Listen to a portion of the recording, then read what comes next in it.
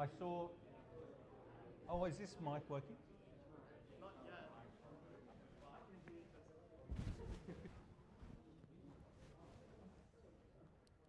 How's that?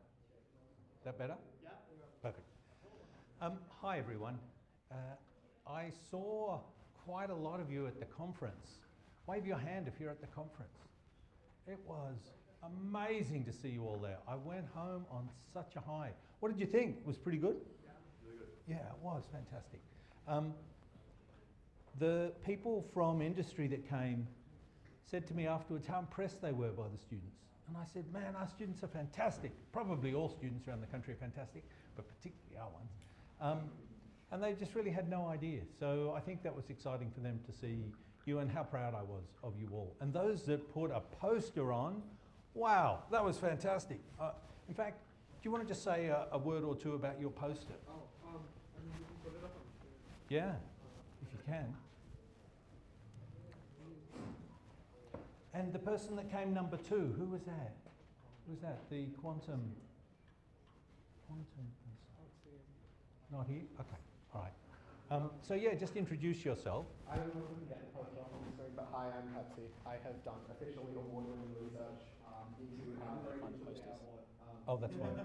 Richard wants to do censorship and change the name of it. But yeah, I basically am looking into like regulatory compliance, the different ways that airports do identification and security around the world. And so I've done a lot of sort of investigations and a lot of emails that have gone unanswered from national governments about how they, do airport identification and security. Talking about things like asset cards, KCM, the different issues with the technologies that exist, limitations, and also, what regulations exist and what we're looking forward to in the future. So I have a website as well, which would be on the poster. But yeah. Either we'll find it during the break and put it up after the break, or we'll just connect it to the slides for everyone to see offline. Anyway, congratulations on winning. Were you a bit nervous to present? Not really. No. I went in knowing what I was about. Yeah. But yeah, I think everyone had really good posters as well. I think that was so good. Hi, yeah, did you end up, how's that going? Oh, it's still in the planning stage, Yeah. don't worry. And there was one other person who was doing like a brain something, like neural interface something. That was really cool. I don't think they submitted a poster, but I reckon that would have been. Yeah. They submitted something. But there was a lot of like cool stuff, and I got to chat to local people, mostly in this room. So everyone that did a poster, and anyone that wanted to do a poster but didn't and is a little bit disappointed, if you could somehow connect with me after the course or even towards the end of the course, you can help me if you're still around next year, or you can help us set the posters up so they're really fun for everyone and they work better. So this time there was so little notice, and maybe there's more things we could have said. So maybe if you wanted to help with us, work with us, we can make the posters fantastic for next time. I've got to say, those posters were just amazing. So I was very proud of everyone who did it. I don't think anyone had a boring poster, so no. good job. Well, yeah. Person did, but I'm not going to say who. Yeah, no, me. I'm kidding. Yeah, no. And can you tell us one thing, or is it all too secret? Which thing? About the airports. Maybe. Which part? You know the bit, but maybe we can't talk about it, about the identity. Maybe we can't talk about that. About like Australia? Yeah. Oh no, that's like all public information. Okay, yeah. all right. Australian airport security is bad, and I don't like it. Basically, a lot of other countries do it a lot better. Australia's, what we call an ASIC, Aviation Security Identification Card. They are really, really not good at being identification cards or being reliable methods. They have no sort of cryptography, no smarts at all, no biometrics or anything. The hologram stickers that they use is the only source of like verifying that they're real. I found them on AliExpress, which is a bit terrifying to think about. So think about that next time you're in Sydney International. Yes, because despite all the security theatre for legitimate flyers to get access to sensitive areas, for criminals, how hard is it to get access to sensitive areas? And aviation personnel don't get screened at airports. Like we don't get bag checked, or some airports do, but most in Australia don't. We don't get bag checked, which is interesting. If you want to do crimes, become a pilot or a flight attendant. Yeah, up to you. except don't. I mean, don't do crimes. But be aware of this. Be aware of this when we design systems and when we test systems. We need to understand where the weaker links are, not where the stronger links are. And I could imagine someone doing security at the airport if there was some sort of audit. Maybe someone important would take you around and show you all the fantastic fingerprint machines and just take you to all the great spots. But I think a far better audit would be to just wander around yourself, you know, if you're doing the audit for the airport, and just watch and look at things and then notice who's drifting in and out and the different ways of getting into secure areas and which ways require lots of security and which ways don't require a lot of security. And it really just needs open eyes to notice these things. So I thought that was fantastic, and it's particularly apt for tonight, because tonight we're going to be talking about authentication a little bit, and that's a challenge of authentication. How do we know that the only people who can get to sensitive areas are people who are allowed in those sensitive areas? It's a really important thing. You can't just keep people out. So somehow you've got to do a sorting hat thing, a Harry Potter thing. You've got to work out the right people go to the right spot, and you don't have magic or an omnipotent, all-wise, all-knowing hat to work it out.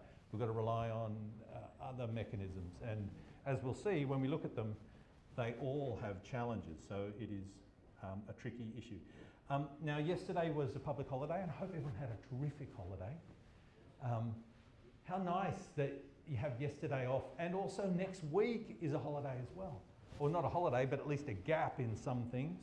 So I hope everyone's feeling quite cheery. What I've put up for this week, because we've only got one lecture face-to-face, is I've put up some podcasts on authentication. So normally, turning up here now, you'd have done authentication because we'd have done it yesterday, but we didn't. So here are some podcasts you can watch. It's not for the lawyers. The lawyers don't do the engineering materials. But if you were a lawyer, and you would know if you were, you might want to listen to the first one. They're all fairly straightforward. Can I see the online mic, the one in your pocket? Yes. We're having online audio issues. Other one. So many microphones. So many mics. Where's Mike Johnson? Oh, it's in here. Okay. I think this one here.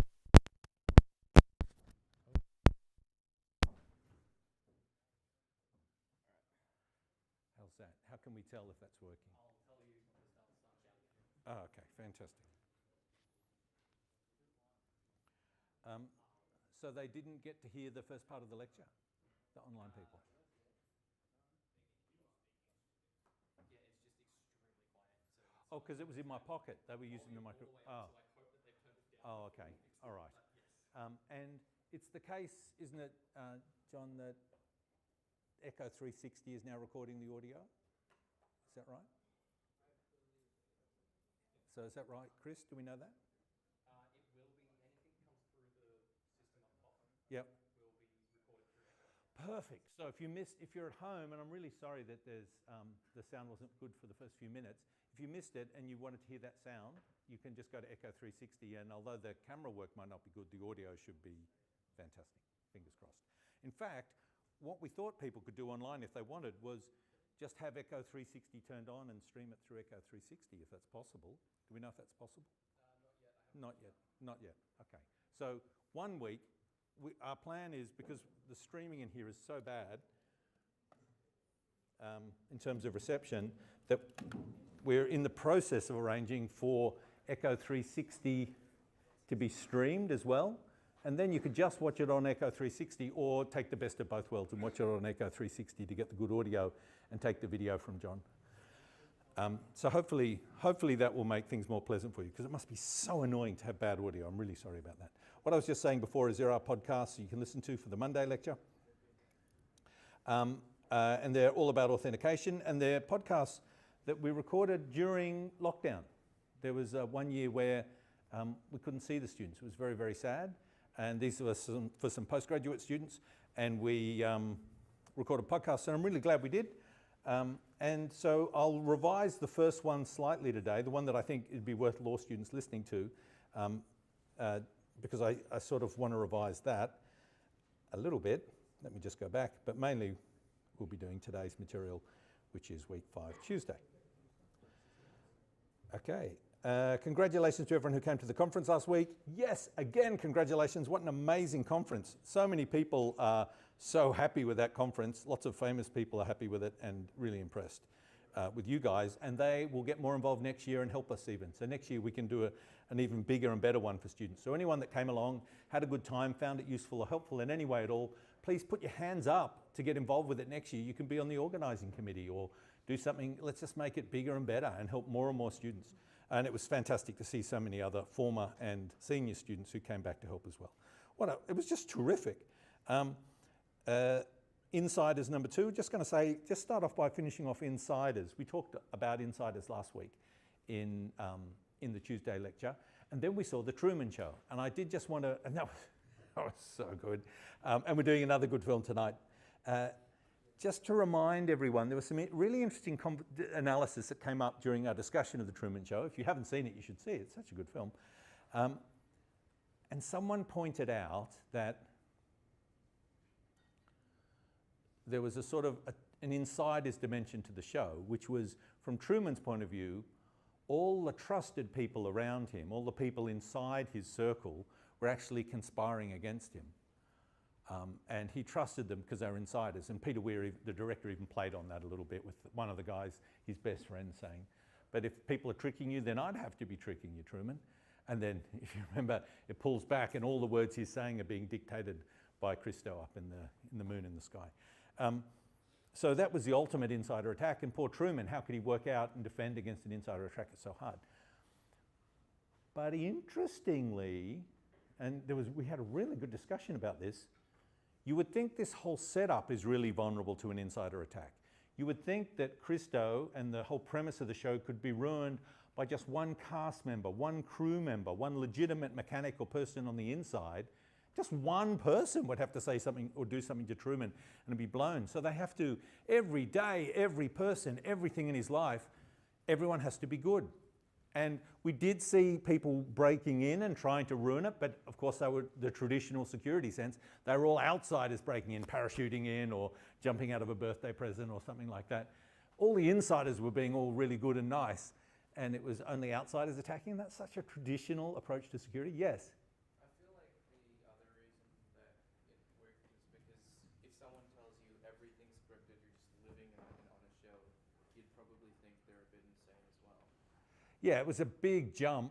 You said if someone said that told you you were just living inside a false world, you'd think they're insane. It was certainly a very big jump to realize that. It's much, you know, as they said in the show, you accept the reality you're given. That's a big jump for anyone to think. Though I did once, here's a nasty thing I did when I was a young boy. I had a friend over who was going through that stage you go through when you're a teenager, where you start wondering, are things real? Is life real or not? Is it all made up? You know, Alice in Wonderland, am I a dream? And you remember in Alice in Wonderland where she goes and sees the king sleeping under a tree and the queen says, shh, don't wake him. He's dreaming. And Alice says, what's he dreaming about? He's dreaming about us. Don't wake him up. You know, we're inside his dream. And it was, so that's pretty cool. So anyway, my friend was messing around with that. And I thought, what I'll do is I'll have him over to my house for a sleepover and I'll just leave all these clues around that suggest that everyone's watching him and monitoring him and we're all actually robots and he's not a real person. I mean, he's a real person, but no one else in the world is. It was just a dream. I mean, I never carried it out very well. But I did try and make him think he was being tricked by everyone. So there's a famous philosopher called Bishop Berkeley who used to wonder about this. What's real and what's not? How can we trust our senses? How can we tell, how can we tell our senses are the ultimate insider, aren't they? Can we trust our senses? And Bishop Berkeley had all these arguments about, well, you can't necessarily trust your senses. And you can't really know what's real. And you can't Matrix-like know if you're in a real world or a simulation. And Johnson, Ben Johnson, the dictionary guy. Is that Ben Johnson or Samuel Johnson? I get all the Johnsons mixed up. Anyway, he was so annoyed by this argument that he said, I refute your argument thus. And he just kicks a stone and the stone goes through the air and it hurts his foot a bit. And it's like, yeah, there's a real world. Don't say that things aren't real because look, the world has stones in it and you can kick them. And I don't know, everyone thought that was a triumphant argument. But actually, of course, if it was a simulation, then you could have simulated kicking a stone. I mean, it's not really a very good argument, but everyone thought it was good. To the extent that philosophers now have a phrase, which you'll hear about if you listen to the podcast, which is called argument by stone. If you want to show something's absurd, but you don't actually prove that it's absurd, that's called an argument by stone. In Latin, it's, argumento ergo lapidio or something, but it means you're trying to show something's ridiculous, but you don't actually show it's ridiculous. Okay, so that was insiders. Insiders are so interesting because there's so much emotion attached to them because we just have to trust things for the world to function. So it's just really annoying to not be able to trust things. Ben Robert Smith, if I went to the War Memorial recently and there's still a statue of Ben Robert Smith up there.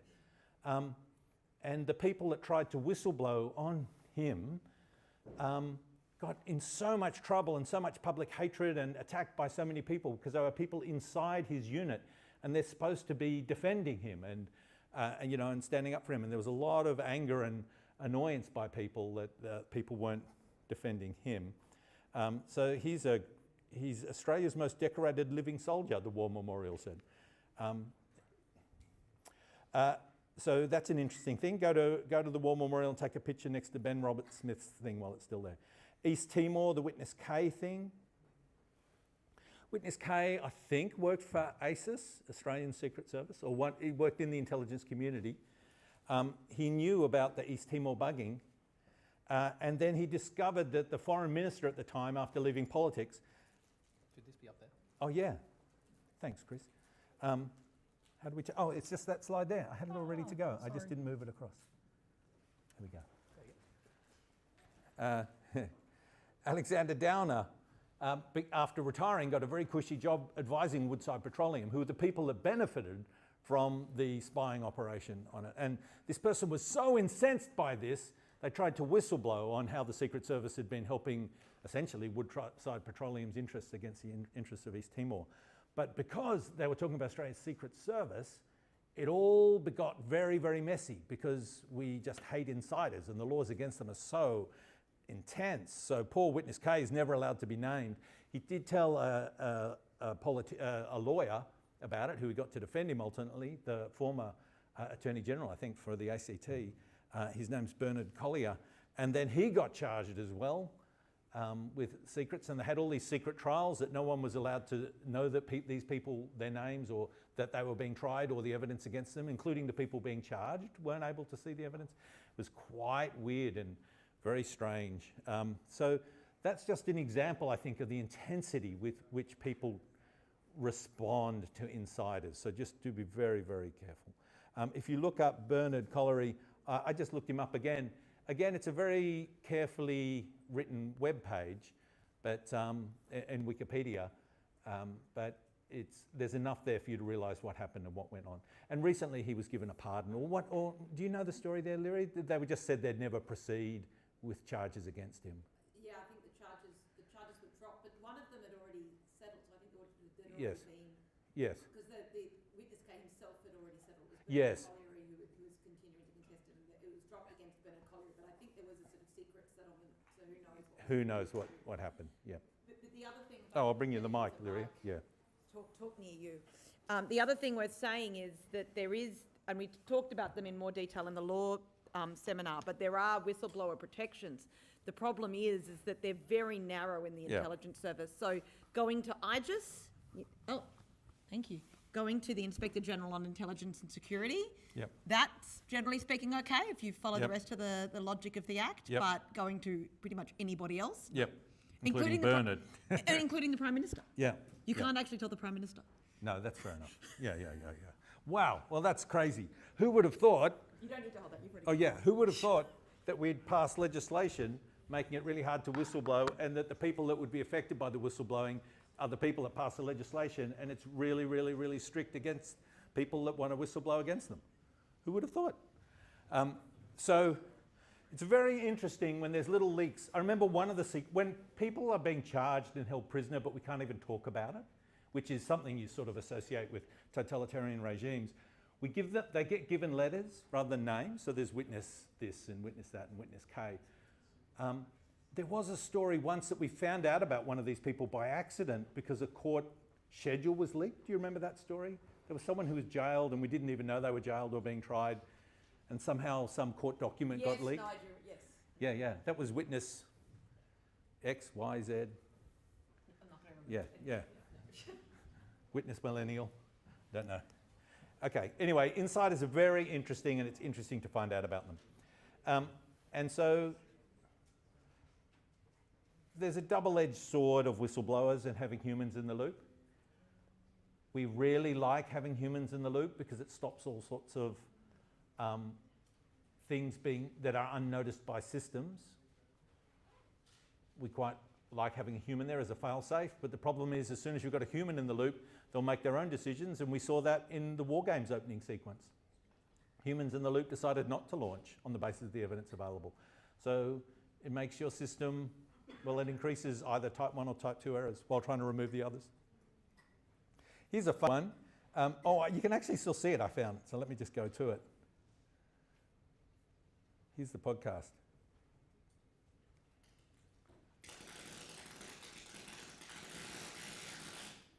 It's the insect overlords attacking. She's just announcing that. It's a Russian broadcaster broadcasting something around about the time of the beginning of the Ukraine war, and someone jumps behind with a sign that reads something like, what does the sign say? It's further up? Does it? Oh, it literally says it, doesn't it? Oh, no war, stop the war, don't believe the propaganda, they're lying to you here. So this sign's being shown up behind the national broadcaster when they're saying whatever Putin's told them to say about the war. And it's, how are they able to do it? Because it's a journalist in the studio. Someone they probably trusted. Just eventually said enough's enough. And she stood up and jumped out with a sign. And it reminded me of the Truman Show in a way. People just jumping out of the cake with a sign. Oh, how do I go back? So you might want to think of examples yourself of once you've got a human in the loop, there can be uncomfortable things they decide to do. They don't necessarily always decide to do what you want to do. Now, we're going to do authentication in the podcast, but because the lawyers are here, and I just want you to know a little bit about authentication, I'm just going to briefly recap now one of the ideas, the most important idea, I think, about the whole idea of authentication. So here's how we're going to do it. So there's three sorts of main cryptographic properties we're looking for, if you remember. The C, the I, and the A. The C is confidentiality. We keep things, we encrypt data, we keep the data secret. The I is integrity. That means someone who gets a message can check if the message has been fiddled with. That's the integrity of the message. And then the last one is A. Someone who gets a message, authentication, can tell it came from a particular person, can tell who it comes from. Now, I sort of said it in a way that made them all sound similar, but can you see two are very similar and one of these things is not like the others? Which one is different? Authentication it is. Yeah, I might have leaked that. But why? How come authentication is different to confidentiality and integrity? Yeah. I'm going to guess, and the first two are to do with the message, whereas yes. authentication is to do with the sender. Oh, perfect. Perfect, perfect. That's such a brilliant answer. Let me rephrase it, but that is perfect. The first two properties are about the data, about the message.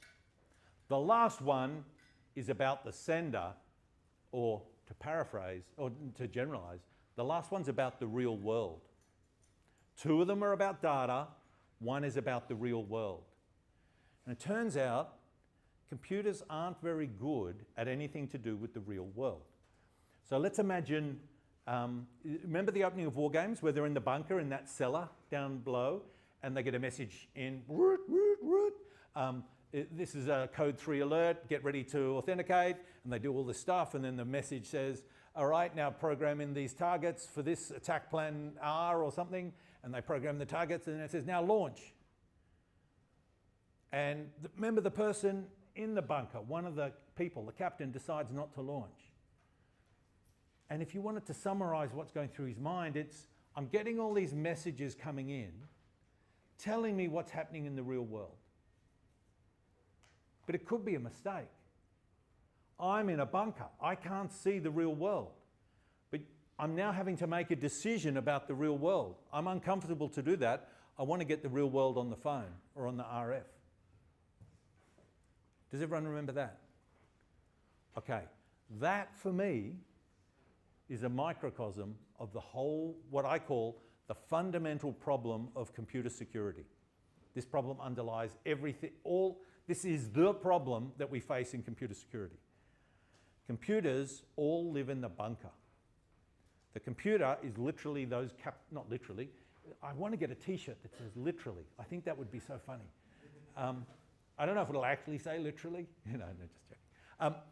So in the bunker, we don't know anything about the outside world. We just know the messages we're getting in. That's what a computer chip is. If we just look at a microprocessor, it gets data coming in on the data bus. It gets a clock signal coming in, and then it puts data out on that data bus, on the output. So however it does outputting. And it makes decisions based on the input that leads to various things going out on the output. It's like a person in a bunker that gets, I don't know, a ticker tape, just a long ribbon of paper coming through, say with letters on it and messages.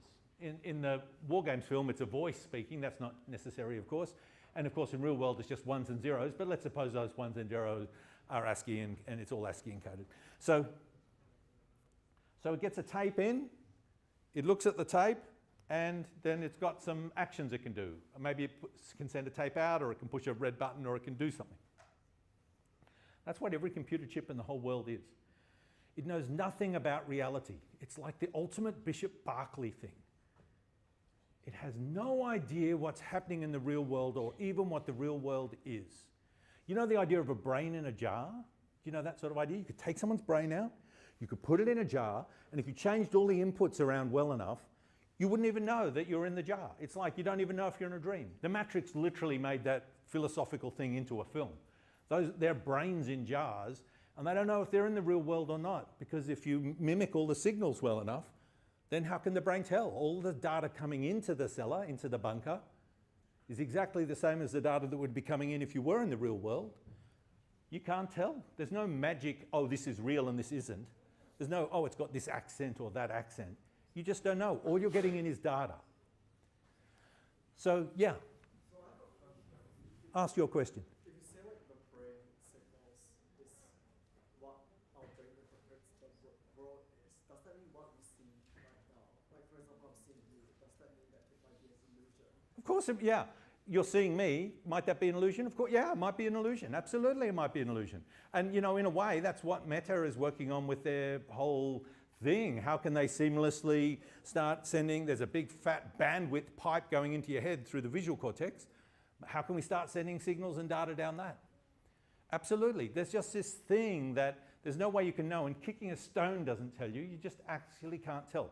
So how can I know if I'm a computer in a basement and all I've got to do is push a button to open a gate, and there's certain people allowed in and certain people, and no one else is allowed in except the listed people. So someone comes up to the gate and they say, open the gate. How do I make a decision? How can you know that, how can you authenticate me? Let's just solve this as a naive computing problem. How would you traditionally authenticate? You're a politician, you're going to spend a lot of money on a fancy authentication system. Yeah. Passwords. All right. What's the password? I say the password is swordfish. So the gate opens and I get in. The computer, what's happening inside the basement? It's just got a list that says, if they know the word swordfish, you can let them in. They don't know anything about the real world, so the word swordfish comes in, they match it with the list, and they open the gate. Now, maybe the real person does know the word swordfish, but it's a secret. What's the problem with secrets? People could overhear them, people could replay them, people could guess them, people could brute force them. There is a film called Swordfish. Has anyone seen that? Terrible film with John Travolta. It's a hacking film. But the actual original use of swordfish as a password comes from a very, very funny Marx Brothers skit, which maybe one day I'll pay to you, a day at the circus, I think. Yes? Biometrics. Biometrics. Okay, let's pick one. Pick any biometric you want. Fingerprint. Okay.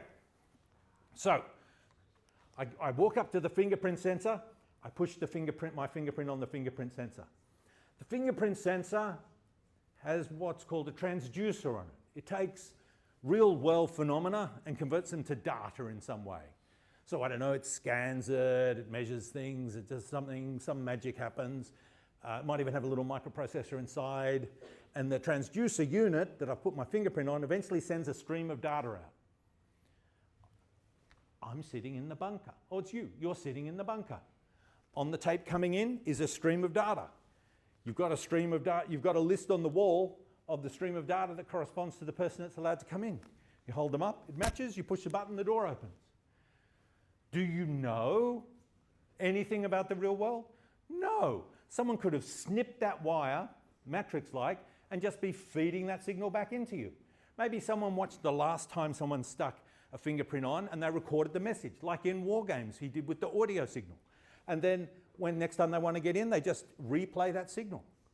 Maybe someone's worked out ways of fooling the transducer, because the transducer, maybe you can put fake finger, the transducer can't see who you are, it only sees the thumb. Maybe you have a fake thumb, maybe you cut the person's thumb off. Maybe you do a million things. Maybe you even attack the database that has the thumbprints in it and you insert your own thumbprint in. Who knows? But you see, there's a million things. The main point I want to make is the person making the decision, the computer, that's going to push that button or not, knows nothing about the outside world. It cannot see that person, it cannot know anything about that person. It just gets some data that's supposed to be summarizing that person. And that data might not summarize the person, and that data might be sent even if the person's not present. Was there a hand, I think? Yeah. Tape, but I don't know if that actually works. A tape? You just take your fingerprint. Oh yeah, tapes, yeah. So there's all sorts of ways of fooling biometrics. The thing is, we all love biometrics, especially if you're a politician. So when you've got biometrics on something, everyone gets so excited and they say, it's space age, it must be good. No, it's space age, so it must be expensive. Is it good or not? I've probably told you some of the ones, the early ones. Someone went on the thumbprint reader on the glass. The latent print showed up. You get the thumbprint showing with you steam it with your breath, and the door opened. Another one was the famous Japanese guy, a professor who, within a day of some new biometric, fancy, unbreakable biometric thing being invented, worked out a way of making a latex thumb that had the fingerprint and put it on. There's a great do-it-yourself thing that used to work where you can just use, I don't know if anyone's ever etched a circuit board. It's quite easy to etch the copper tracks on a circuit board. If you just have a diagram and there's all sorts of ways of doing it. Use photo resistance and use acid and various things. But anyway, you have a stencil of the pattern of the circuit tracks on the circuit board, and you can actually get that on the circuit board. The circuit board is a fiberglass with a layer of a thin sheet of copper on top. You somehow superimpose the photo of the image onto the copper, and then you do something chemically, and then you put it in an acid bath normally, and the acid eats away all the bits that aren't covered by the photo, and blah, blah, blah. So anyway, this is a very quick way of making circuit boards, and he thought, why we could just do the same thing with thumbprints. So he took a photo of his thumb, and then he sent it off to some place that made circuit boards and said, can you make a circuit board of my thumb? But of course you could do it with $10 worth of chemical ingredients yourself if you had the patience. And then he got it back, and with that he was able to, I think he then sprayed latex onto it and then peeled it off, and he had his fingerprint on it. And maybe they try and get around that. Oh, well, we'll try and detect heat. Now, as soon as people start saying that, oh, we'll solve that problem, we'll detect the person's there by detecting the heat, it's time to give up. The basic idea hasn't worked, and instead of taking a step back and saying, yeah, maybe we can't detect someone from a fingerprint, they think, maybe we can just patch, like a barbarian, reacting to, maybe we can patch that problem, we'll check the heat. So then someone puts a heat unit in, or a little LED, or, oh, well then maybe we have to check that it's got blood in it with a multispectral scanner. So you have to make something, but the point is anything can be faked, anything can be counterfeited. We see that with money and notes, we see that with any physical security. So the real challenge with authentication is, and this is the fundamental problem of computer security, we don't know how to do it. We don't know how you can get a computer to make a decision that corresponds to the real world, especially if people in the real world are highly motivated to trick it. And there's a whole industry springing up now of selling biometrics. Oh, actually, the big industry now, there was about 5 years ago or 10 years ago, it was all about biometrics. Now it's all about digital identity, which is, oh, you've got lots of other bits of information about you on the internet, or in databases or something. We'll combine them all some way and work out some trusted way of working out it's you. They can't know it's you. It's just not possible to know it's you. It's just fantasy. But at the moment, if you wanted to make lots of money, you'd go into digital identity and you'd say, oh, I'm a digital identity expert, and here's how you can do digital identity. But we know, because of the fundamental problem of computer security, digital identity can't work either. There's no way you can, out of a whole lot of insufficient and impure and flawed ingredients, combine them some way to get a trusted, you know, the other word is trust, people say all the time, a trusted idea of who people are. No, anything can be tricked, anything can be broken, anything can be wrong. Because the thing making a decision ultimately doesn't know anything about the outside world. It's like if you're Neo in the Matrix, doesn't matter how much money you spend, you can't tell if you're in the Matrix or not. I know the Matrix had some flaws like little glitches and things being replayed and things. They just put things in like that to make it so. And we do that with lots of things. We do that with virtualization. So you set up VMs to run software in, where I think the example I give in the podcast is I talk about Atari. You've got an Atari game, but you can't get the old Atari hardware anymore. That's easy enough. We just can create a computer simulation of the old Atari computer, and then we power the software up inside that simulation. The software, which maybe has come from an old tape unit or something like that, is so convinced it's running on an Atari, but actually it's just running on a virtualized Atari, now running on, you know, your Apple or IBM or Unix system. So, and, you know, it's just a common thing to do. So, I guess it's a negative message, so I don't know how to stop. I can't tell you how to do it because I can't see that it's actually possible to do. All you can do is do best efforts and assume the adversary has certain resources available to them, and you do something that initially at least is too expensive for them to be able to fake or trick. But of course we've seen how quickly that changes. Hard to fake mag stripe cards. Now you can, you can write your own mag stripe cards for $5 to $10. You can copy your Unicard. Do you have your Unicard here? I'm sure that does that have any identification on it? What's any? Yeah, photo ID. It's got a photo. Because no one will have a colour printer anymore or editing software. It's got a piece of plastic because that can't be faked. And what else does it have? Nothing. Is there a chip inside? Surely there is. Yeah, there's an RF, there's some sort of close proximity thing inside. And I bet it's a standard. I bet we've bought the standard cheapy standard one, and you could probably get them off the internet. Does anyone know the price of getting them? It doesn't cut your access when your ID expires. It's quite. Doesn't cut your access when your ID expires? Yeah. Yeah. But I guess what I'm trying to say is, how much would it cost to make a fake student card? Don't do it, because of course with all these things, the actual punishment for doing it and showing a flaw in the system is extreme. So, you know, just good faith policy. Don't do it. Don't fake a Unicard. But how much would it cost to fake a Unicard? I imagine almost nothing. What's that? A lot. A lot? Desfire hasn't been cracked yet. Like, they've had it for 20 years. It has, like, the software they use. I know a student who cracked one. He didn't have a lot of money. I think he could make a lot of money if he reported that. Yeah, so he didn't necessarily attack the way you're thinking he would attack. Like, just didn't get the contents off of it. No, he got all the contents off. So he got an NFC card's contents. A student made an ID card of any person. I could tell him someone, he could make an ID card for that person, that when we went to the library, we could borrow a laptop in that person's name. And it cost him under $10. So, but yeah, we think it's hard and difficult. Though they probably haven't gone in through they probably haven't implemented the hardest part of the protocol, or, yeah. I was mainly just telling him not to do it at that point. I wasn't going into the details. So, the thing is, things that look hard and expensive, especially when you're buying fancy identification and authentication systems, even if they are hard and expensive at the moment, as soon as they're broken or become commercial or are widely enough used, then it will become cheap to bypass them and compromise. And it's not just ID cards, it's transport cards, it's everything. Everything. Anything that attempts to identify or authenticate you can be, you know, is ultimately flawed. Okay, that's all I wanted to say about authentication. How are we going for time? Ah, good. We're up to privacy. Shall I start by talking about privacy, then we take a break? And Leary is going to talk about the legals of privacy next time, but you'll jump in as I'm talking this time and say anything? Yep. All right. Does anyone have any questions about authentication? Most of the authentication stuff you need to know is on the podcast. I just really wanted to stress, so everyone's coming from the same point, there is this fundamental problem that I can't see an escape from. That means you cannot actually confidentially authenticate someone in the digital world who lives in the physical world. The digital world can never know about the physical world.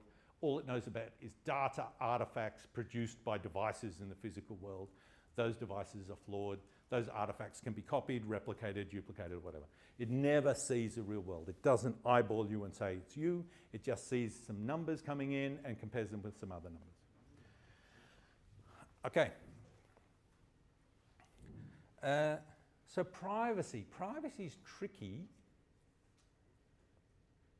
Years ago, when we started talking about privacy, it was very hard to get students interested in privacy. And I think anyone doing security needs to understand privacy. I don't think there's privacy people and security people.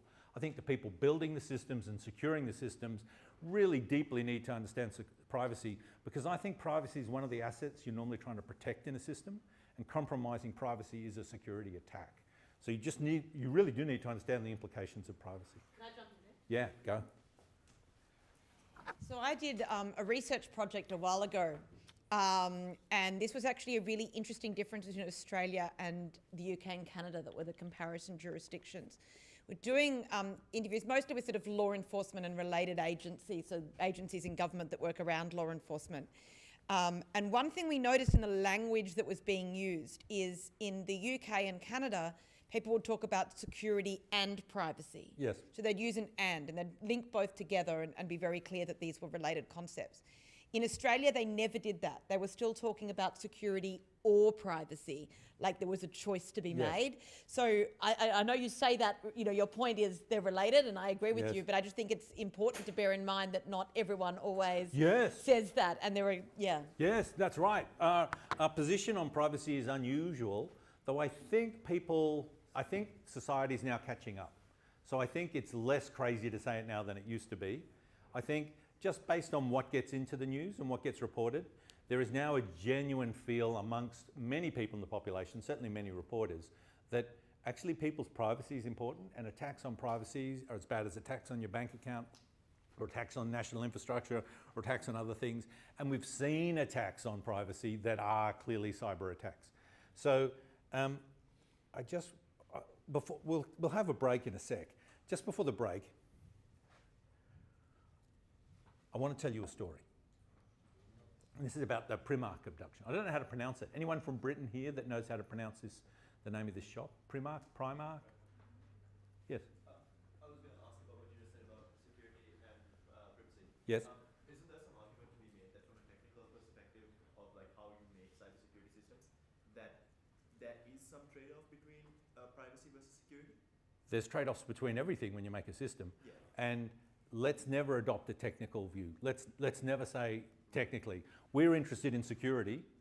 There are technical elements to that, but some people just think about the technical elements and ignore the other ones, and that is setting us up for complete failure. So yeah, there's got to be trade-offs between everything. There's a trade-off between type 1 and type 2 errors. If you want to have an authentication system, it's a trade-off between cost and inconvenience to the person, or this sort of error, that sort of error. Yeah, there's big trade-offs. And the example I'm about to give now is an example of that trade-off.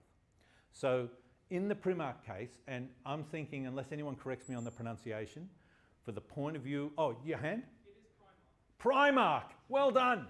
So I had two guesses. I had two chances and I got it wrong. I had two, anyway. In the Primark case, thank you very much, and there's a series of cases here, but I'll only go over that one.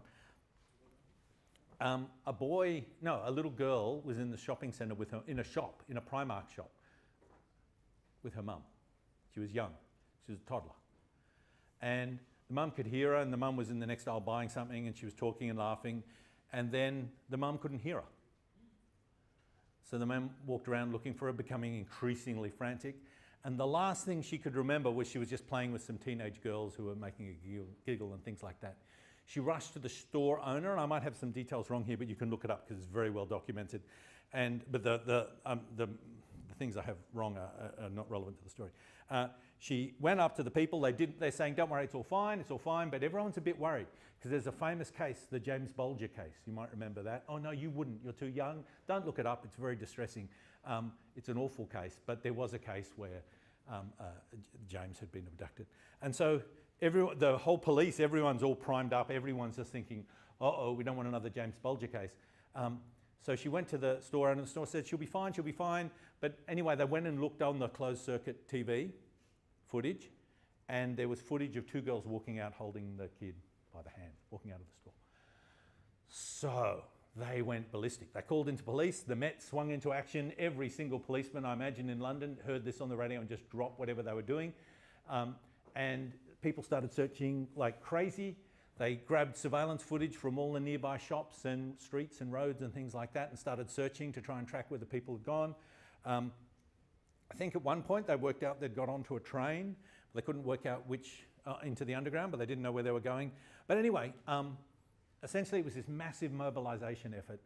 But a local policeman at a far remote suburb or town or village, or I'm never quite sure how England works,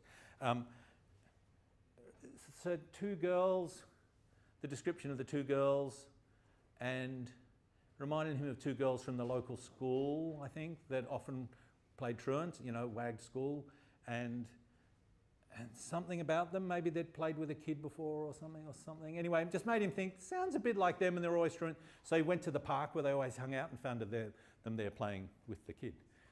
And they had, I think they'd changed the clothes and the hair of the child in some way, and they had some things with them that suggested something sinister potentially was going to happen. So it was quite a lucky escape.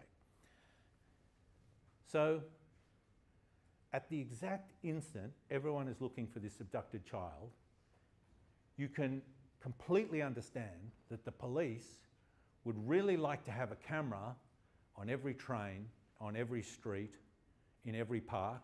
They would really like it if people could be tracked by their mobile phones and they had real-time access to that.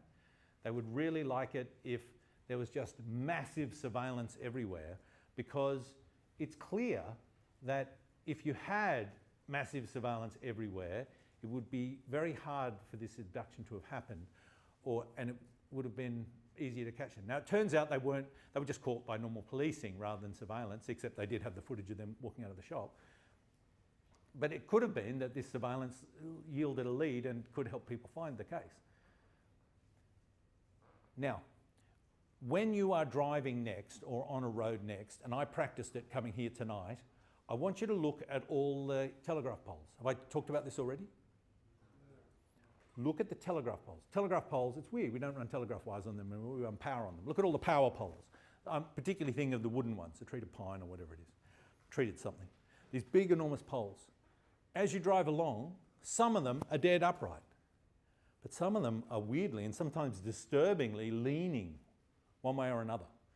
And it's fun to look at them and work out just how leaning they are. And I used to play a game with the girls when I was driving them. I'd say, I reckon as we go around the corner, the next one will be leaning. And we just play this prediction game, you know, when are we going to see a leaning one? And I was often correct, and they thought I had magical powers rather than just being crazy dad. But actually I knew the secret behind them leaning. So if you look at them leaning, I wonder if you can work it out. After a while, once you know why they lean, it's just as obvious as day why some are upright and some are leaning. Why do you think some are leaning? Say again? Camera. Camera would be one thing, yes. Having a camera and the weight of the camera, yep. More along that line. That's, yeah. If the wire was turning, yeah. What do you mean by that? Like, maybe to keep the tension? Keep the tension, yeah. Something that might obstruct the sight line of something else. Oh, it might be intentional. Is that what you're thinking? I always assumed it was an error. But yeah, that's a very clever answer. And what great brains we have in the room. Yes? Weights on them. Yeah, traffic lights, cameras. Yeah. Normally, they're bending. Normally, there's a wire coming in and a wire going out. And if they're in line with each other, it's upright. And if one of them is coming in on this angle and one is coming in on this angle, they'll actually be leaning that way. You would think they should be leaning this way, but they'll actually be leaning that way. Because what happens is the wires on it, which are very light, and the amount of tension they introduce is very light, or if they've got a camera on them or a traffic light, it's very light. But it's a constant little pressure that's constantly on it. And over time, it slowly pushes it out of whack. So sometimes you'll see they put a tie line down at the normal, you know, they work out the resolving vector, and they think, oh, you'll sometimes see them trying to do that. But where they haven't balanced the vector forces around the pole exactly, over time, because of the huge leverage, because the wires are really high, things start to bend. I think this is a perfect metaphor for how systems and people work. If there's a constant small pressure on anything for a long period of time, you start bending to that pressure. And I think with bank security, say, if we look at the security of your internet banking account, there's a pressure from the bank who doesn't want to spend a lot of money, and it's expensive to put security in, and that's tugging one way. And then there's a pressure from you that doesn't really like having your money stolen. You want it to be convenient, but you see when the money's stolen and it annoys you. And those pressures sort of counterbalance. And I think bank security, if it was a telegraph pole, is always going to be pretty vertical. I reckon if there's too much stress from your money being stolen, then the bank will have to react to that with spending more and more money because they'll lose customers otherwise, or lose trust, and losing trust means losing customers. So I like systems like that, where the two wires are sort of balancing each other out, and they're of appropriate force, you know, equivalent force, each pulling on it, because those systems I like to think of as sustainable systems. They look after themselves. They keep working in an environment. So democracy should be like that. You should have an opposition that's trying to run the government down, and you should have a government who's trying to do good stuff, and these forces should all balance out, and the pole should stay upright. And if there was no checks and balances on the government, if you had a society where there was no opposition or something like that, I reckon over time, no matter how ethical and honourable the government is, the government sort of has some self-interest there. I reckon that telegraph pole would start to bend. But having two people with not aligned interests, I reckon your pole stays upright. Why am I saying this? Because I think there are three people affected by privacy. One is the government. The government, policing, they really want to know all our data. Because if they know all our data, they can do better services. They can allocate resources better. The police really want the data because they've got more chance of catching criminals. Secret Service want to know the data because they've got more chance of catching whatever Secret Service catches, which I know, but I can't tell you or I'd be locked up without a trial. So they desperately want your data for honourable and good purposes, as far as they're concerned. And they're a powerful force. And companies want your data. Because with your data, they can market to you, they can target things better, they can on-sell your data sometimes. Data is valuable to them. In fact, a couple of years ago, the estimate was that the value of all the data in the world had exceeded, for the first time, the value of all petrochemicals in the world. All the world's oil, coal, and other petrochemical reserves was exceeded by the value of the data. So the companies massively want your data, so they're pulling in another direction. And then the third party in this sort of three-way thing is you. You probably want to have a bit of privacy. But the problem is those three forces aren't equally balanced. The government desperately wants your data and are in a constant state of passing new regulations and regimes to get more and more data. Public servants really want the data because they think they can do their job better. And also the people that control the data have more power, so there's often a rivalry between different agencies to see who gets all the data, and more data is better. And the companies desperately want the data, and I'm thinking Facebook, I'm thinking TikTok, I'm thinking everyone.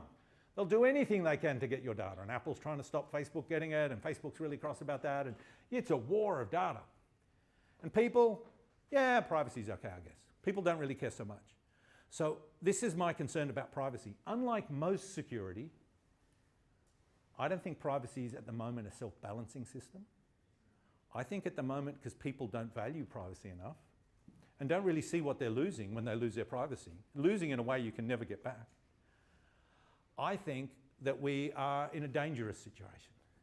And what we have seen and what we will continue to see is companies trying to get our data more and more, and government trying to pass legislation to get our data more and more. And there is no meanness here, well, not on the behalf of the government. They really think they're doing stuff good with it. And there's no meanness from the police. If the police had a tracking device on every single person in Australia, it would make catching crime so much easier. But it would, at the same time, reduce our privacy. And if they had a live camera feed inside every room of everyone's house, and if they were able to monitor you everywhere you went and hear every word you said and every thought you did, and they could replay that and watch that, that would actually make catching criminals really effective. And if you're a police person, that's an overwhelming argument. But for some people, they don't want the police to know where they are every second of the day. They don't necessarily trust the police, or they don't just necessarily want people to know where they are every second of the day. Perhaps there's a chilling effect. Perhaps they've come from countries where the government was initially virtuous and collected a lot of data and then didn't become virtuous, because governments can change, because we don't have perfect forward secrecy. The famous example is the Rwandan genocide, the Tutsis and the Hutu.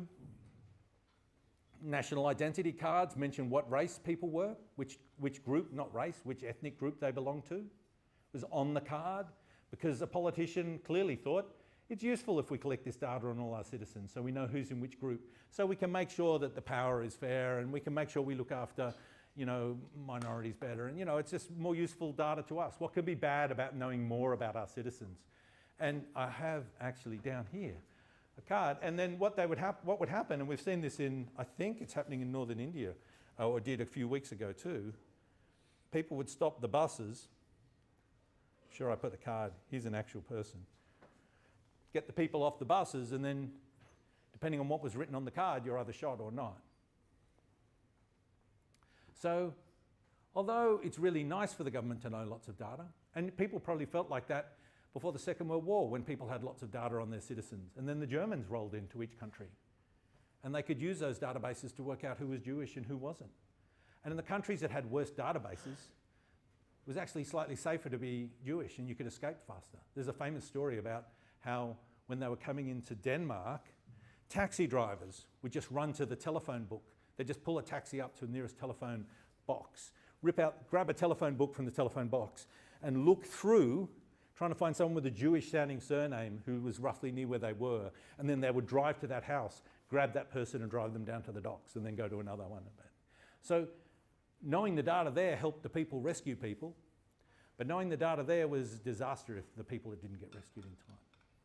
So there is this issue that with a whole lot of well-meaning people, and companies are well-meaning, they're trying to make profit for their shareholders, they're not trying to be evil.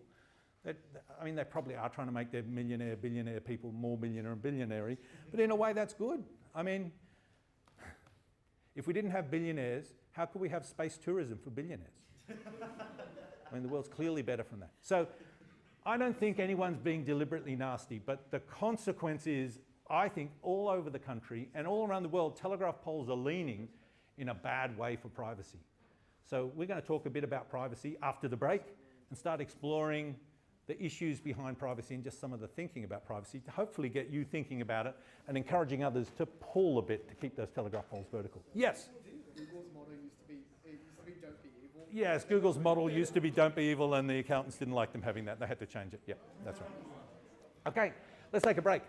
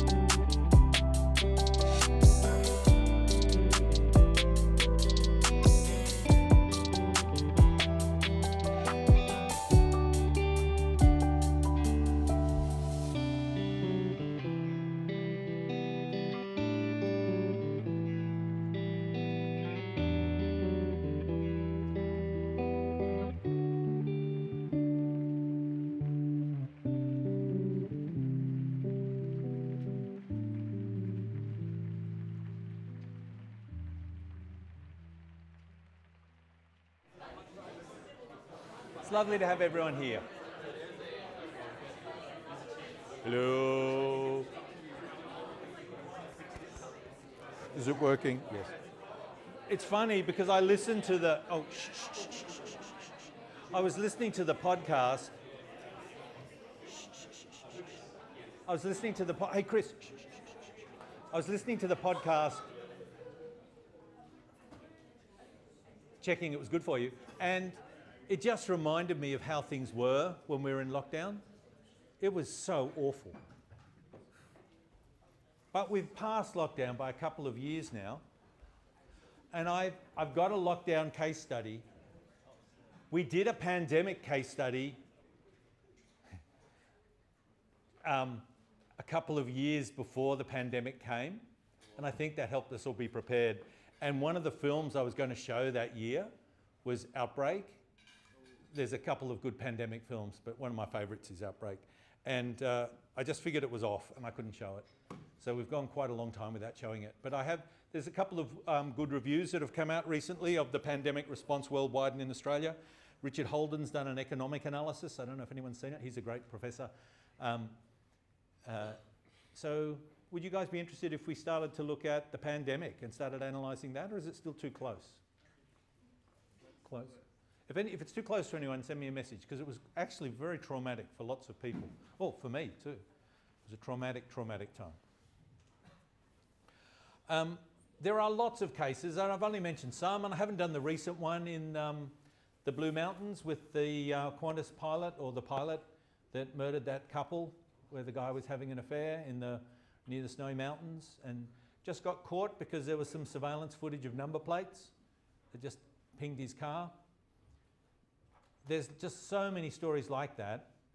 With increased surveillance, it's Locard's principle. We're just increasing the impact everyone has in the world, and it makes it easier to track and trace people. The other thing I wanted to talk about, we'll talk more about it when we do data next time, but there's this phrase that sometimes people say, which is data wants to be free. Has anyone heard this? And they say, let's share all the Medicare data, because if we share all the Medicare data, we can improve health services, and data wants to be free. And let's share all the parking ticket data, and let's share all the health data, and let's share all the COVID data, and let's share, because data wants to be free. And it's weird, Lyria was talking before about how in many organisations there's a privacy person and a security person. That is just setting up a disaster, I think, because it sort of tells the security people they don't have to worry about privacy. And now security is seen as a business interest. It's a risk to the business to not get it right. Security gets very well funded, and privacy, which is seen as a handbrake to business, is often not looked after so well. I would really like to see privacy and security together. And similarly, there's people who are in charge of data, and there's people who are in charge of privacy, and they're normally different roles too. And I hate seeing that as well, because they have very different approaches. I once did a survey of data governance plans for major organisations. You'd be surprised how rarely the word governance appears in a data governance plan, except in the title. It was all about how to use data, not how to use it responsibly or govern it. So it is interesting we have all these different things. And the data people really like collecting lots of data. And we'll talk more about that later on, about how much they just love data. And there's all these great things you can do with data that you can learn about in other courses. Because in this course, it's a security course, we're really interested in what are the unintended things, what are the things that can go wrong. Anyway, data people tend to say data wants to be free. And my thing, whenever I hear someone saying that, and if we were to start playing bingo, security bingo, you get a bingo point when anyone says top men. You get a bingo point when anyone says sophisticated adversary. We used to collect points for anyone saying that. Every time there's a hack, the CEO would come on the TV and say it was a sophisticated adversary, though time after time it turned out, no, it was a clown. Anyone could do it, but there's no crime in being hacked by a sophisticated adversary, so everyone always says that. There's all these things, but one thing is, people do say data wants to be free. And the next time someone says that to you, can you say, precisely whose data is it that wants to be free? Because you will find it tends to be your data that wants to be free. Their data doesn't actually want to be free. So if you're an agency with lots of data of your customers, you'd like that data to be free, maybe. I liked it when Mark Zuckerberg was speaking in front of the US Congress. You should try and get some footage of that. And they asked him, Mr. Zuckerberg, would you like to tell us all what hotel you're staying in at the moment? And he said, no. He didn't want to share his data, but he quite likes knowing what hotel everyone else in the world's staying in. So, all right, let's just race over this quickly because I want to leave time for Lyria at the end to start telling us about some of the current legal situation with privacy. It's a changing thing because as people get more interested in privacy, even though we're really lagging and slow, and Europe is of course miles ahead of us with something called GDPR, which I'm sure Lyria will talk about. They're miles ahead of us because of the Nazis, really, or other totalitarian regimes in Europe. People in Europe are very wary about governments getting lots of data on them because they've all lived through examples of it being abused. In Australia, or many of them have, or know people who have, we're very trusting of our government. We're one of the most trusting countries in the world for the government. Probably, I'm guessing Singapore might be the only more trusting country. We trust our government so much, so it never crosses our mind that it might be bad for our government to know stuff about us. But of course, the government can be lovely today, but we don't always have forward secrecy. We don't always have forward privacy. You can have a lovely government today and then a crazy person in charge of things tomorrow, as the US has discovered to their horror. It's quite possible that at the time laws are drafted and at the times you hand the information across, it all seems reasonable. But as we learnt with secrets, there's no getting them back. Once you've handed them across, they're there forever and people can change. Governments can change, ministers can change, everything can change. All right, so let's just touch some issues quickly so we leave time for Lyria. Just looking at the clock, Lyria. Oh, and the question for everyone, the QR code, which is no longer on Web CMS because last time we did that, everyone went there and everything hung. So it's on Moodle. And I've changed the link on Web CMS on the menu bar to take you to Moodle now, though I didn't know where in Moodle it was, but it takes you to Moodle. But yeah, please just go to Moodle. And the question is, Chris, do you want to repeat the question? I can pull it up so I can get it word for word. Oh, we can just say it roughly. A friend from overseas? Yeah, oh, you've forgotten it. I'll do it. A friend from overseas sends you a text. They send you a text from a number that's unfamiliar to you. Maybe they've got a different SIM card overseas. They're in trouble and they need you to send them money. Let's assume it is your friend, but you don't know that. What can you do? What would you do? Being realistic, don't have some fancy, I'm going to implement RSA in ASCII or something. I mean, really, honestly, realistically, what would you do to check it was them so you could send them the money? Don't put your hand up. This is the question for the QR code. What would you do? And then, secondly, what's the main risk you face? Not a silly risk, not a Hollywood risk. What's the main risk you face here? What's the thing that could go wrong? So just write something in on that and that'll be interesting. And I like this question because you're starting to grapple with the challenge of it is difficult to authenticate people. And you will, I won't say more. We'll talk more about it later on. But your answers will all have one thing in common, I predict. And we'll talk about that later. Okay, so privacy. It's very tricky. It's very tricky. It's hard to be private because if someone sees you, there's no unseeing you. And you can't know when you've lost your privacy. It's got all that stuff that secrets have. And it's hard to explain to people that you want to be private. There's a whole lot of research that shows when animals are being observed, they have higher stress levels than when they're not. If someone's looking at you, I know when I sit in a restaurant or somewhere, I always try and sit with my back to a wall and sort of out of the way so people can't see me. Maybe I'm just a weird freak, but I'm just uncomfortable to be looked at by people. I'd rather not being looked at. Makes me more relaxed. If I need to think of great ideas, I tend to go for a walk somewhere private. I don't like being in an area with lots of people. I find it starts distracting me and I like just being private. I know that's not a strong thing, but I think privacy is part of the quality of life. Being able to do things. One problem with privacy is mistakes are yours forever. It's nice being able, I like learning through mistakes, but if everything's visible to everyone, then you have to go very risk averse and avoid making mistakes. And we've seen that with teenagers. It's quite regular now for employers to scan people's social media profiles. And if you've done or said something, even at a young age, it'll potentially be held against you forever. So privacy is a funny old thing. We have a zoo where you look at animals all day long. I don't know what I think of zoos, but those animals don't have privacy. Is it a human right to have privacy? A very good friend of mine grew up in Tasmania, and she said, when I walked down the street, I'd get home and Mum would say, you walked home a different way today. Mrs. Smithers saw you going into that milk bar. And she said, everywhere I went, everyone I spoke to, everyone knew me, everyone knew Mum, and everyone knew what I was doing. I just felt that I had no privacy. And she moved to Sydney and she said, I'm never leaving here except to go to another big city because I like being private.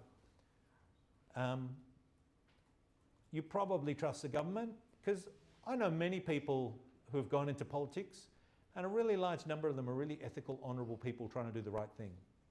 But there's certainly no escaping that there's a whole lot of self-interested, nasty people in politics as well. And the government and the various parties do tend to do things not necessarily based on whether they're right or not, but on other criteria that might have something to do with them just getting elected again, or ideological reasons or something. I don't know. So it's hard to know what it means by trust the government. The government changes all the time. I don't trust the government. I don't trust them to pass certain laws. I think the extent to which I trust the government, if I can quote Thomas Crown, is the extent to which their interests don't deviate too far from my own. But you might trust the government, and that's excellent. Australia, we have a government of censorship. We're quite famous for censorship in the world because we have a very paternalistic government. It's part of our thing. We've had it for 200 years, that I guess we were convicts being looked after by people in power. And we have geographical isolation, which allows it to happen. There used to be a role for the Postmaster General, the person in charge of the post office. They were Australia's head censor, and they would censor what books we were and weren't allowed to read. And Australia had a ridiculously long list, until quite recently, of books we're not allowed to read. We passed laws saying that things can't be talked about or discussed, and that's, I think, just part of us trusting the government. Has anyone read the book Catcher in the Rye? It's a fantastic book, but the Postmaster General thought it might be bad for Australia to read that book because it might encourage communal activities or just values that aren't good. So it was banned in Australia for quite a long time. But then the US president came out to Australia, and it was the first time we'd ever had a US president come to the country. And we're all excited. The Prime Minister was just, oh, sir, and did a photo op, and the President comes out and shakes his hand, and the Prime Minister shakes his hands back, and the President says, I have for you something I think you'll really like. This is a book I love. I hope you do too, and gives him a copy of Catcher in the Rye. Within 2 days, it was off the list. So fast. So yes. Could I add that Australia also banned some video games and also some video game scenes in certain video games as well? We ban video games. We ban. It's like if you're a politician, you know, they say to a person with a hammer, everything looks like a nail. To an Australian politician, something you don't like, we need to ban it. That's how we make it illegal, we outlaw it. But that's not always, we banned COVID, but it still came. Yes? Something interesting about the Australian Constitution is it very specifically protects the freedom of political expression. Does it very explicitly protect? I think that was a bit of a reading by the High Court. We'll have to ask Lyria. Political communication, it's not free speech, it's political communication. It's only free speech if it's political. I think some High Court judges did a lot of hard work to find a freedom of political speech in there, but I'm glad they did find it. Lyria, is that the case? What does the Constitution actually say? Without giving a full constitutional law lecture on the spot, that's pretty much right. Oh, which is pretty much right. That it only protects the freedom of political communication. And that's not explicitly stated anywhere in the Constitution. It was read in. It's implied as necessary for by our wonderful High Court judges. Structure. Thank you, High Court judges. Yes. But yes, Thank you, don't trust me much more than that on constitutional law. Yes, Chris. I think my favourite example of a politician speaking out is the laws of mathematics are all well and good, but the only laws that apply in Australia are the laws of Australia. Yes, that's right. We were saying it's mathematically impossible to have encryption backdoored and not weaken it for everyone. And was it Turnbull that said that? That was Malcolm Turnbull in 2017. Mind you, there are states in the US that have passed statutes with a value for pi. So Yes, that's right. It's famously they made pi 3. Yeah. Yes, I was in Berkeley, the big Stanford, at the security conference there of all the security researchers. And the head of Stanford Security said, Australia? Oh, what do you think about the laws of mathematics? Because we're just like an international joke because our Prime Minister said, I don't care about the laws of mathematics. We will decide who comes into this country, or something like that. It was very, very funny. Okay, so trusting the government's a funny old thing. There's no meanness in them. I don't think they're trying to make us into a police state, with perhaps the exception of former policemen. But I think, I don't know, I think we can only trust people to a certain extent. So yeah, I don't think we should automatically trust the government, because the implications of trusting the government, when they say, just trust us, we'll pass this law, but we'll never use it, or we'll only use it for this reason, or, yeah, but memories are short, and government changes, and people are changed, and I think best to err on the side of caution there. Often people say, I don't care about privacy because I've got nothing to hide. That's a really weird argument, but it's very common. Like, I'm happy for everyone to know everything about me, but I've got nothing to hide. I'm not a criminal, I've got nothing to hide. You're not a criminal now.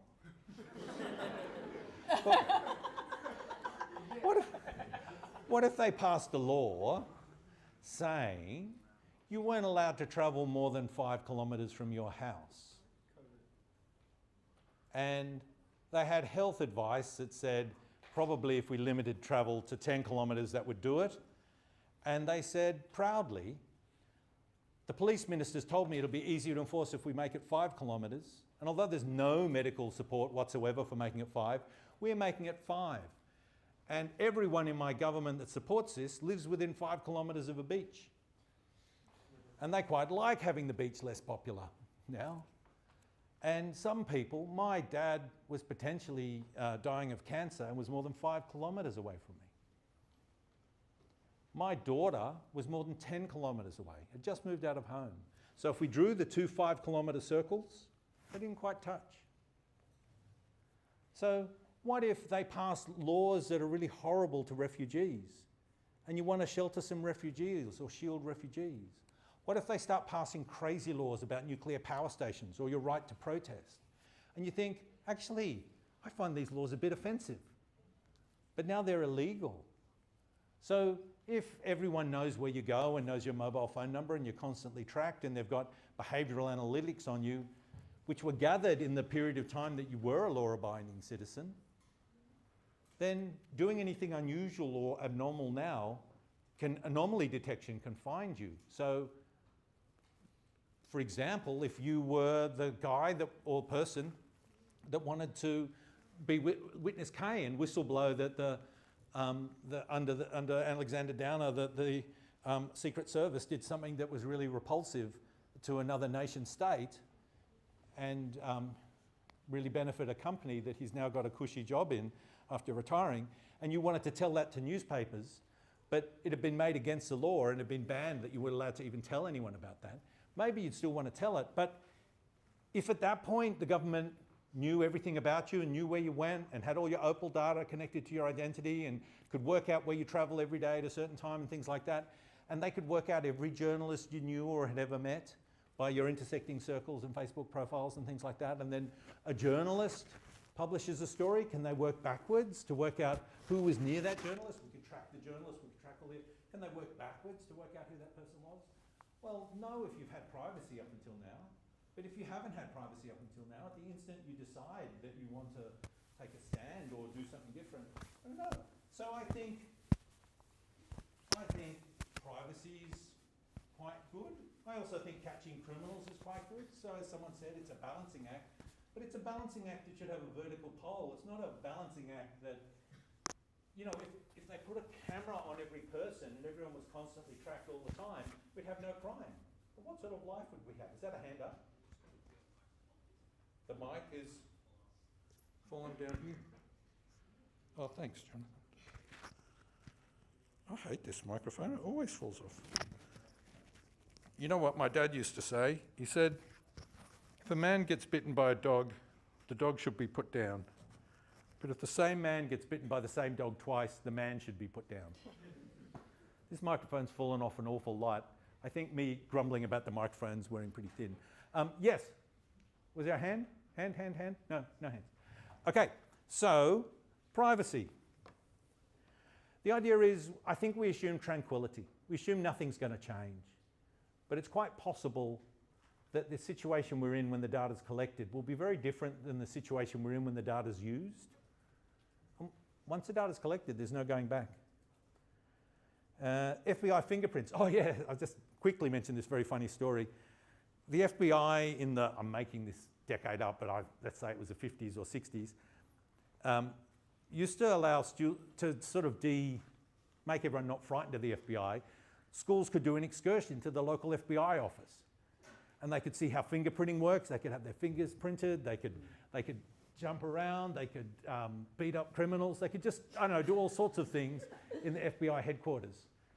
Over that period of time, the FBI amassed fingerprints of nearly half the children in the United States that they never deleted. And they now have a massive children fingerprint database. It's like doing 23andMe or anything like that. You give the data at one point, it seems safe. The person isn't necessarily ever going to delete that data. Other things about privacy is because we often authenticate with things that are memorable to us, and because the things that are memorable to us can sometimes be things that are fundamental to our identity, like our birth date or our mother's maiden name. And because early crap authentication systems used knowing that, a shared secret really, knowing that to authenticate, then it turns out that criminals that find out about you can often impersonate you. Now, there's nothing special about your date of birth. It's not as though knowing your date of birth really should be any different to knowing what shop you go to or anything like that. But we've called those things PII. We've called those, which Larry will talk about soon, we've called a whole class of things, we've given it a sort of special status.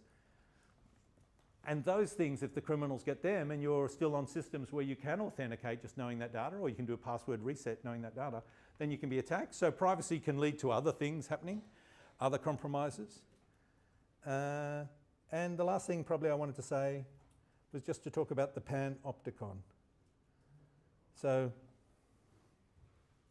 the panopticon was an idea from Jeremy Bentham, who is one of the Enlightenment scholars from Britain, philosophers. And he had this idea that you could make the world's best jail. And it would just need one guard. And what happens is that all the prisoners are in cells on like, the jail is shaped like a donut. And all the jail cells are on the inside of the donut. Oh, here's a picture of it here. And they don't have doors on them. So from the center, you have one guard in a tower. And you frost the windows on the tower. This is one that was actually built, under a despotic regime. And the one guard here can see everyone. And no one can see who he's looking at. So it's a bit like those security cameras behind frosted glass. And because he could be looking at you at any given time, it has a chilling effect. And the prisoners are all well behaved because they have essentially no privacy. And at any point, you could be being observed. So how would you dig a tunnel? How would you plot to escape? How would you live as a human being, with privacy and dignity? Because you're watched the whole time, potentially. It's called the panopticon. It was a brilliant idea, and some of them were actually built. Here's one that was built. He never persuaded Britain to build them. Yes? Would it actually work in practice, though? I mean, anyone who's watched reality TV shows knows that constantly being observed doesn't necessarily guarantee good behaviour. Yeah, would it work? I don't know. I think it would be a step in the right direction, in that if someone's watching you, it's much harder to do bad things than if you're not being watched. But the problem is, if someone's watching you, it's very stressful, being watched all the time. I think that essentially says we can't trust you, where, like, in a prison, you're trying, like, ideally a prison is for, like, reform, right? We want to trust you, is the message we should be saying, not we can't trust you. Oh, that's a really interesting idea. So you're not viewing it as trying to stop prisoners escaping. You're viewing it as the prison is there. I mean, Lyria will know, the reason people are imprisoned is to protect society or to punish them or to rehabilitate them, or another one, I can't remember what it is. Deter other people from doing Deterrent, yeah.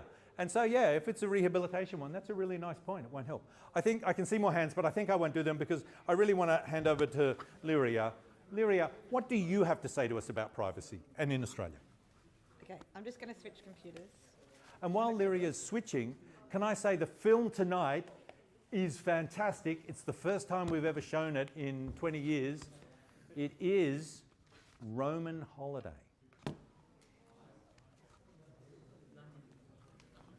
Amazing. Okay, does this all work? Yes, good. All right, this is going to be the very quick, 15-minute version. I should say... You can speak more next time too. Well, no, I'm going to speak about surveillance next time because I think that is where you were going with the panopticon, and that's a whole different set of laws. So I'm going to do privacy today and surveillance next class. What that means, though, is if you were in the law class, it's going to be a bit repetitive. So if you want to go, if you want a revision and a 15-minute version of what I did there, stay. The first point to make, just very high level, is that people use privacy as a term in really different ways. That's really important to understand when you use the word, when you're talking about to people in other countries, about whether they have a right to privacy. So in the United States, for example, it's the right to privacy that all of the the whole abortion debate takes place under a right to privacy, and rights to contraception, rights to various kinds of family things all come under privacy, whereas in Australia, when we use the term privacy, we tend to mean data protection, which is a different thing. So just to sort of be a little bit aware of that, this is the very short version. So is there a right to privacy? There is in international human rights law, but it is not the one you might be looking for. So it's quite, it's about interference with family, home, or correspondence, and it's quite related to this sort of idea of dignity, so honour and reputation and so forth. There are no particular, other than the fact that it might prevent the government reading your letters, there's not a lot in here that is related to the sort of Australian concept of privacy, for example. But it exists in a couple of different human rights and civil and political rights instruments, and others that I've listed there as well. There is nothing in the Australian Constitution specifically on privacy, although states with human rights instruments include privacy there when they're doing that. Can you sue someone for breach of privacy? So is there a privacy tort? The short answer is not right now. But there is a new bill before Parliament that will introduce such a tort, which means that they will explain the circumstances in which a serious infringement of privacy can give rise to litigation. So civil litigation, not criminal, where you sue someone and get money, that might be coming if this bill is passed. And that's been part of a long and slow reform process. You've got Smethurst up there. Yeah. I'm in the middle of asking her if she'll come along and give a guest lecture. That'd be fun. Yeah. But all that case does in this particular context is the High Court saying maybe there is a tort that we can create, but we're not going to do it today. So it doesn't really take it any further, but where it's really going to come from at the end is statute. Okay, data ownership. A lot of people talk about data ownership. You'll see this in the media, among other places. Who owns your data? Blah, blah, blah, et cetera, et cetera. Data is not owned under Australian law. And what do I mean by that? What I mean is there's lots of things you own, right? Like you might own your drink bottle or your iPhone or whatever. And because you own those things and it comes under property law, there are various rights you have. So if I were to steal Richard's pen, right, Richard could bring action against me of various kinds, right? If he says, give it back, Lyria, and I say no, then he can sue me in detenue or conversion. If I take the pen from his hand like this while he's in possession of it, he can sue me in trespass. Ooh. So there's lots of potential things that come from owning stuff, right? And we think about owning stuff as things, but it's not only things. There's other kinds of property that you can have. But data at the moment, and information more broadly, is not treated as property. You can't own it in the same way. That doesn't mean there's no legal protections. There are, we'll come to the Privacy Act in a minute, but they're not the same ones that protect your iPhone and your drink bottle and your pen, right? It's a different thing, so it doesn't fit into that. Yeah? Does that mean a digital image is treated different to a physical image? So, yes and no. I'm going to give me a minute. So if you've got a physical image, right, then you have a property right in that piece of paper or whatever it is that it's printed on, right? And you can use all of the same thing as a drink bottle and anything else. In addition, whether the image is physical or digital, you might have a copyright interest in it, which is a different thing, because that is actually considered a work, right? It's not just data. So there is a difference between a painting, a photo, which will attract copyright, and I'm not going to go into all of copyright law now, and my name, date of birth, address, phone number, etc., which I don't have copyright in as such. So anyway, there's lots of complex copyright law about database rights, etc. I'm not going to go into that, but my point is that the data itself is not property. So you don't actually own information about you, but the good news is the bank doesn't either, so we're all good. Okay. My next point was to say that what is the main source of privacy law in Australia is privacy acts of various kinds. So at the Commonwealth level, so in law you have the federal government and then you have state and territory governments. The federal government in 1988 passed a law called the Privacy Act, and this binds Commonwealth agencies and I'm going to say not too small organisations. It's a bit more complicated than that, but that's the high level point. State and territories have passed their own laws which govern state government agencies. So in New South Wales, it's the Privacy and Personal Information Protection Act, or PIPA. I think it is, no, PIPA. PIPA. Anyway, the point is that governs the state government agencies, but also other state government bodies. So your local council comes under that, UNSW comes under that, and some contractors who work for state government can come under it as well. But that's the state regimes.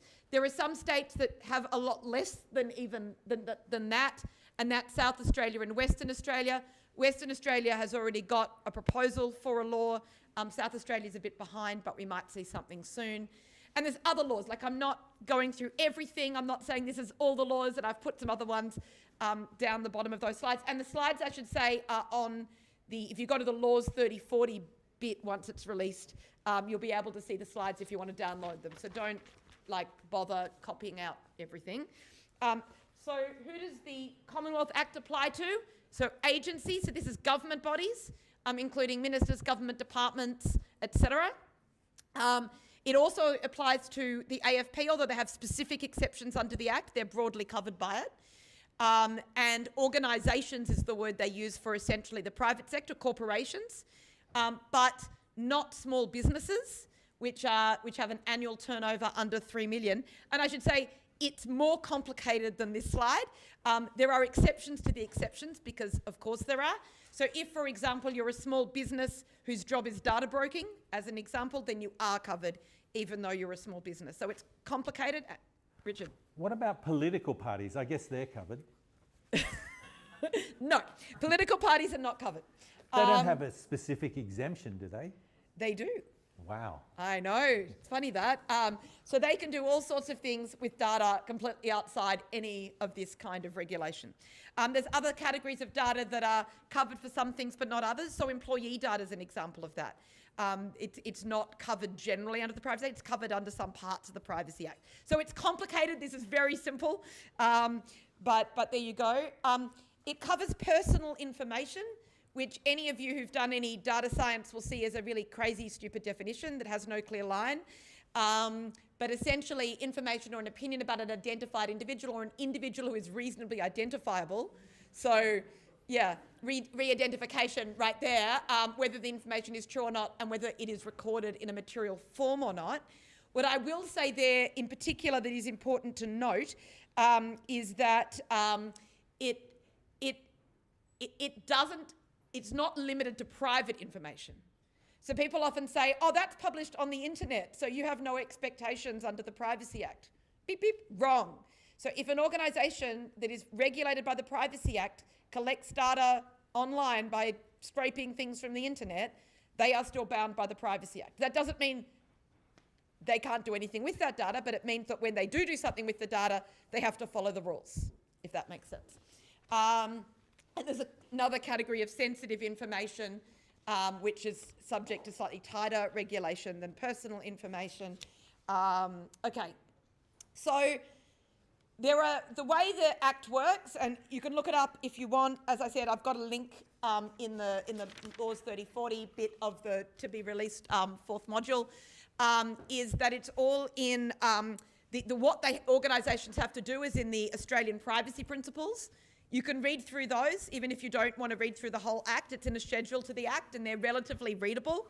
If you're ever going to do anything with systems where you are processing data for an organisation regulated by this Act, you will need to know the APPs. So even if you have no interest in law otherwise, it is absolutely worth going in and reading them. APPs 1 to 6 deal with collection and use, and they generally operate around notice and consent. So the broad principle is you consent and then the thing can be done. That's very high level summary, and there are exceptions to that, but that basically consent gets you everywhere, which of course is a problem on its own, because who's clicked an I agree box in the last week? Yeah, right. So that's consent. There are specific security focused APPs that you can look at as well. So these are the ones that specifically talk about how data is stored, etc.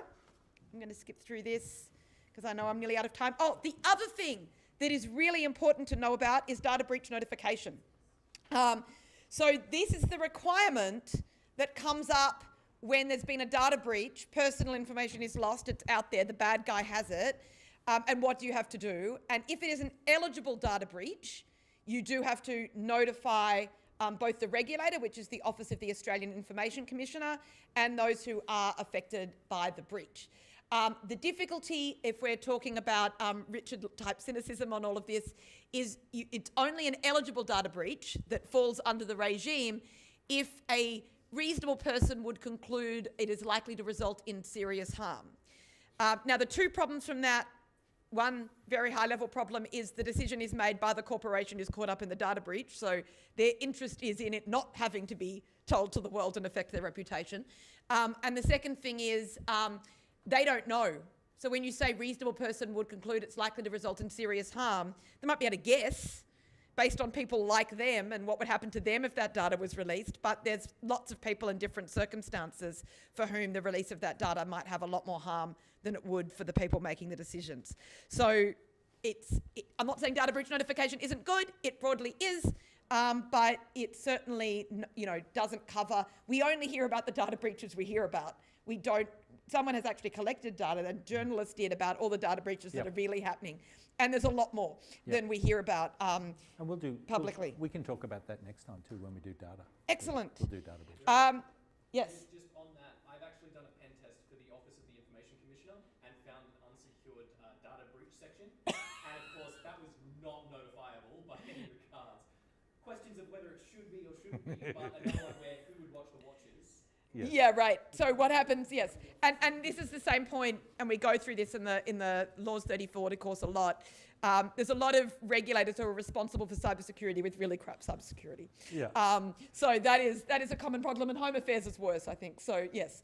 The AFP used to have a website for reporting cyber hacks, and on it you had to type in your email address and various details, and they'd get back to you if you felt you were a victim of a cybercrime.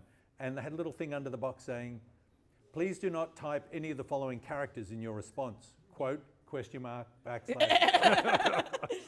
Brilliant. I'm sure everyone followed that instruction. So what's that? That's SQL injection. The law has a lot more guidance, and if you go to the slides, you can see particular sections worth looking at in terms of what you have to do and who has to get it and all the exceptions. But I think we're out of time, so I'll skip that. Yes. Can I give people homework to think about? Thank you, and I'll also talk into this one. Okay, so one of the things on data, and I was going to pull up an article, but I couldn't quite get it across. Have a think about how many bits of information are stored in any particular point or data points that you have about yourself. For example, your birthday stores a certain amount of information. There was a study done in 2019 where a European group was able to re-identify with 99.8% accuracy the exact individuals from a particular data set with only 15 data points. So have a think about what anonymized data sets actually look like and how you would try and think about, I suppose, the anonymity that actually comes along with anonymous data sets and how easy, maybe that's a side project that you can do. Go and try and re-identify certain people from certain data breaches, obviously with permission, but data. Your mum. Say, Mum, you were caught up in the Medibank thing. Can I have an ability to try and see if I can find you? Okay, so lots of other sections which you can look at, and because you called out the GDPR, I'll say a couple of very brief points on it in the dying seconds of the. That's the European legislation. That's the European. That we think is quite good. Well, yes and no.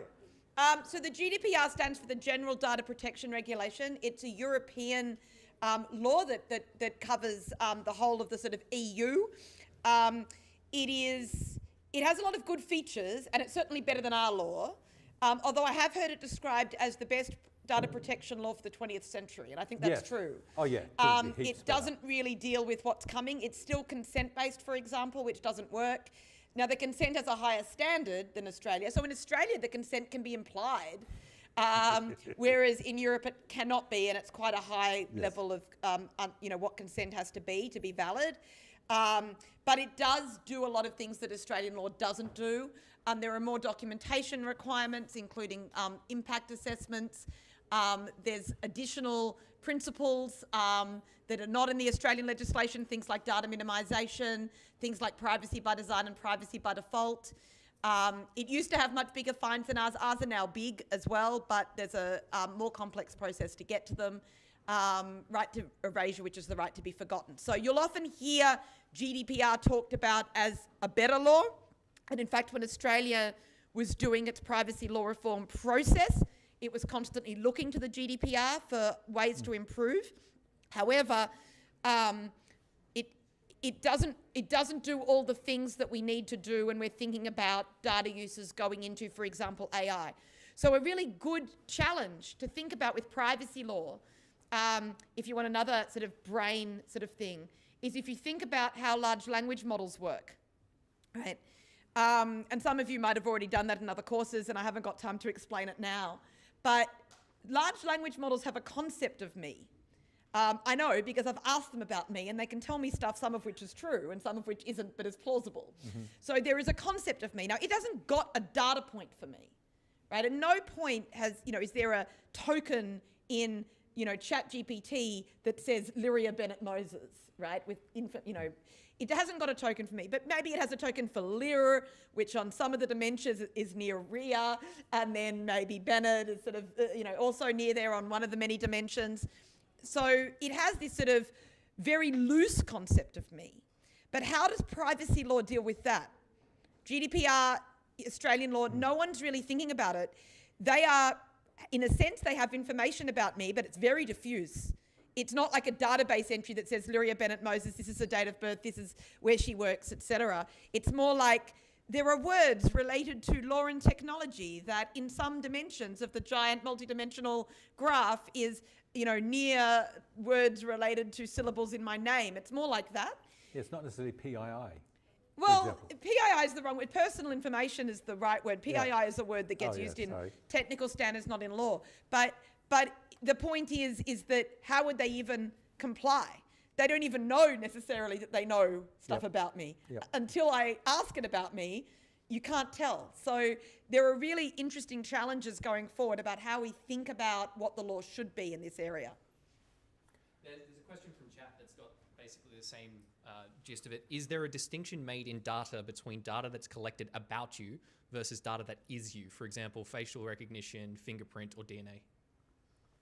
So some of that's sensitive data. So when you think about biometrics, that comes under sensitive data. So it is subject to higher regulations, but all of the sensitive data is. And it's merely just things that the government thinks are extra private, rather than things that are specifically meeting that proposed distinction. But yes, no, there are special rules for that kind of data. We should probably wrap up. But can I put my my authentication problem hat on and just say, you might want to challenge that and think, is there a difference between data that is you and data that's about you? Probably all data is about you. There is no data that is you, probably. So it's interesting to think that. Lyria, thank you, that's fantastic. So we'll get you back to talk for longer next time when we're doing data, and we can talk about data breaches too. Well, yeah, so next time, I'm happy to answer any questions on that because that was a bit lightning. Yeah. But then I might move into more surveillance and some, because you're talking Perfect. about Panopticon, some of their laws about Perfect. surveillance and how that interacts with security of systems. Fantastic, thank you. All right, everyone, that's lovely. If you're staying for the best movie ever made ever, then please stay. Otherwise, I'll see you. Is next week week 6? Yeah. So the week I'll see you in a fortnight. Have a wonderful break. See you, everyone.